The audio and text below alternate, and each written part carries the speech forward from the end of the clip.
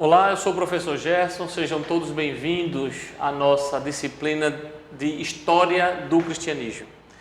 A ideia será apresentar uma caracterização geral dos períodos da história do cristianismo.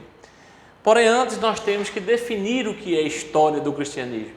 E numa definição muito simples de história do cristianismo, nós podemos definir a história do cristianismo como sendo o registro de alguns fatos importantes que aconteceram durante a existência da igreja cristã, ok? Então, obviamente nós não iremos tratar de todos os fatos, mas iremos tratar daqueles fatos mais relevantes e que caracterizaram a existência da igreja cristã durante todo o período, especificamente aqui do Novo Testamento. Então, o registro desses fatos importantes é o que qualificam a história do cristianismo. Essa história, ela pode ser dividida de várias maneiras. É comum os autores e historiadores da história da igreja cristã, eles dividirem a história do cristianismo em 6 períodos principais. Nós temos inicialmente o período apostólico, também chamado de Era Apostólica, que resume, que está confinado, melhor dizendo, a todo o primeiro século da era cristã.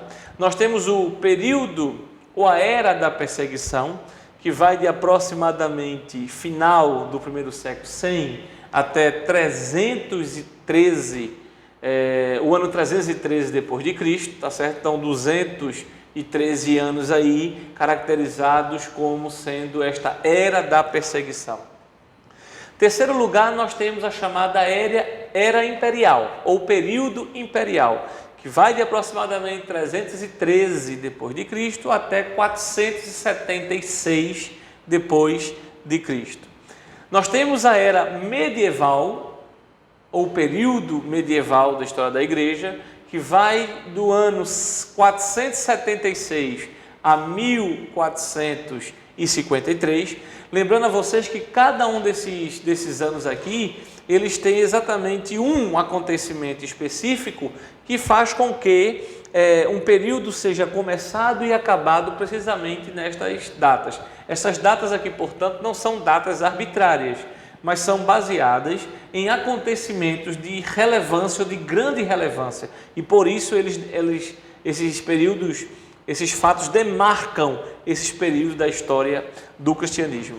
Nós temos o período da Reforma, a chamada Grande Reforma, que vai de aproximadamente 1453 a 1648, e por fim nós temos a Era Moderna, o período moderno, que englobam os anos de 1648 até os nossos dias.